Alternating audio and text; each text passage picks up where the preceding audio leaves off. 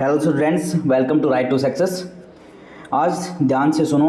Poetry के ये forms हैं जैसे कि lyrics, epics, sonnets, blank verse, elegy directly exam में पूछे जाते हैं और मैक्सिमम स्टूडेंट्स यहीं से गलती करते हैं। अगर आपको लिरिक और नैरेटिव का डिफरेंस क्लियर नहीं होता है, अगर आप सोनेट की राइम स्कीम में कंफ्यूज हो जाते हो, अगर ब्लैंक वर्स और फ्री वर्स आपको सेम लगते हैं, तो आज का लेक्चर आपके लिए एक लाइफ चेंजिंग होने वाला है।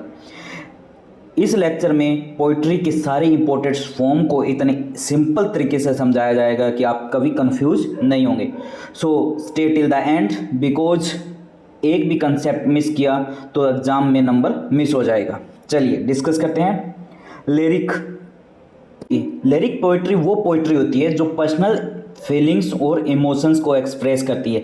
ये यूजुअली शॉर्ट होती है, म्यूजिकल होती है और इमोशनल होती है।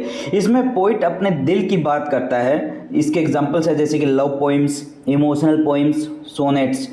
रोमांटिक पोइट्स थे जैसे कि वर्ड्सवर्थ, शेली, कीट्स ने लिरिक पोइट्री को बहुत यूज किया है। लिरिक से याद रखना personal feelings, express personal feelings. Next हमारा नैरेटिव पोइट्री। नरेटिव पोइट्री एक स्टोरी बताती है, नरेट करती है। इसमें कैरेक्टर्स होते हैं, इवेंट्स होती हैं, प्लॉट होता है। इसका जो एग्जांपल है वो है the rime of ancient mariner by Samuel Taylor Coleridge.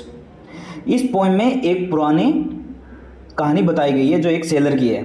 Simple सा याद करना, नैरेट मतलब नैरेटिव, जो नैरेट करती है, स्टोरी टाइप की। नेक्स्ट है इपिक। इपिक एक लॉन्ग नैरेटिव पोइम्स होती है। इसके फीचर क्या रहते हैं? ग्रांड थीम होती है, हीरोइक कैरेक्टर होता है, नेशनल या हिस्टोरिकल इंपॉर्टेंस दी जाती है, हीरो एक्स्ट्रा ऑर्डिनरी होता है इसमें। जैसे एग्जांपल है पैराडाइज लोस्ट बाय मिल्टन, और जैसे रामायण है, महाभारत है, ये इपिक्स हैं, ये लंबी कहानियां हैं, बड़ी लंबी लंबी चलती है। इपिक्स का मतलब याद रखना, ग्रांड होती है, हीरोइक होती है, लॉन्ग पोइम होती है, deals with national and historical importance. Next है हमारा most important topic, blank verse और फ्री वर्स। ब्लैंक वर्स क्या होता है? ब्लैंक वर्स आयम्बिक पेंटामीटर में लिखा जाता है, जैसे हमने लास्ट वीडियो में भी डिस्कस किया था। एक आयम्बिक पेंटामीटर में लिखा जाता है, लेकिन इसकी राइम सीम नहीं होती है, राइम नहीं होती है।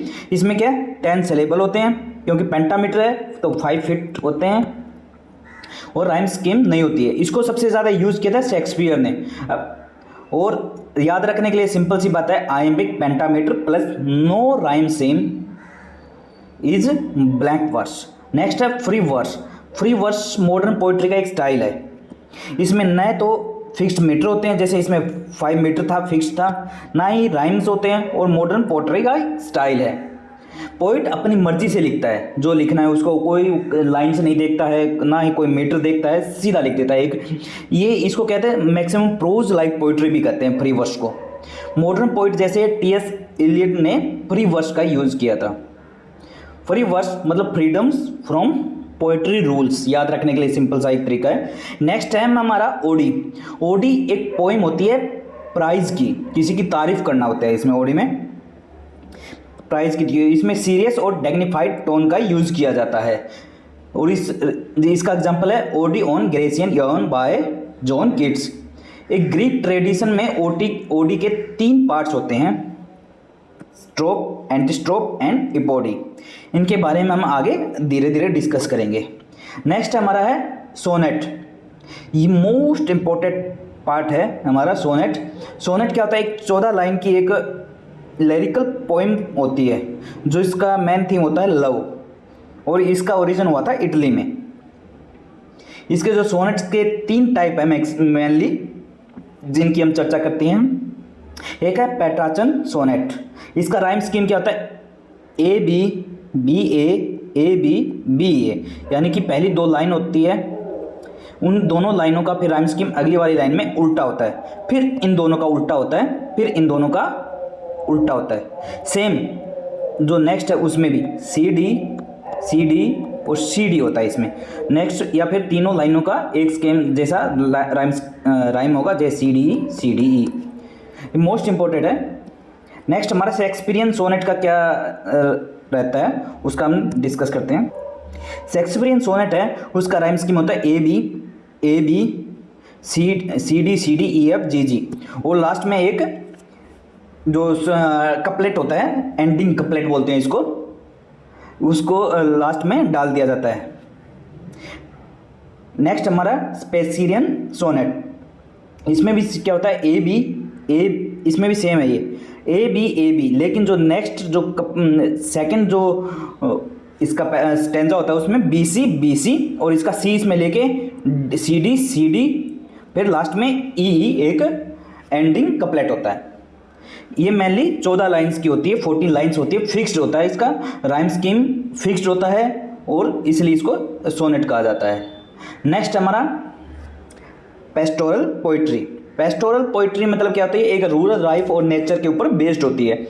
Idealize shepherd life and imported poets कौन से थे, इसके 3 पोइट्स हैं जिनके नाम दिए हुए हैं। रूरल लाइफ को ये आइडलाइज करती थी।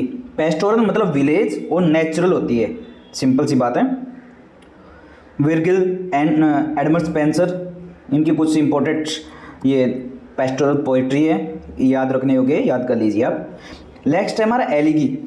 एलिगी क्या होता है, एक पोइम है जो लिखी जाती है डेथ, जिसमें क्या थीम रहते हैं, mourning, loss, reflection and consolation, इस टाइम के थीम रहते हैं। जैसे एग्जांपल है इसका, elegy written in a country churchyard by Thomas Gray, famous इनकी एलिगी है। एलिगी याद रखने का एक सिंपल सा तरीका है, poem of death and morning, loss के ऊपर जो पोइम होती है वो एलिगी होती है। नेक्स्ट हमारा इन दोनों पोइम्स, दोनों टाइप्स को मिला के एक बना के पेस्टोरल एलिगी। पेस्टोरल एलिगी मतलब क्या होता है, ये रूरल लाइफ पे और डेथ के ऊपर लिखी गई है। इसके फीचर्स क्या होते हैं, dead person shown as shepherd, rural setting होती है, invocation of muse and praise of death, expression of grief and acceptance of death, procession of mourner and mythological reference इसमें होता है। चलिए दोस्तों, आज के लिए इतना ही। अगर आपको ये लेक्चर हेल्पफुल रहा हो तो लाइक करें, सब्सक्राइब करें, शेयर करें। जय हिंद।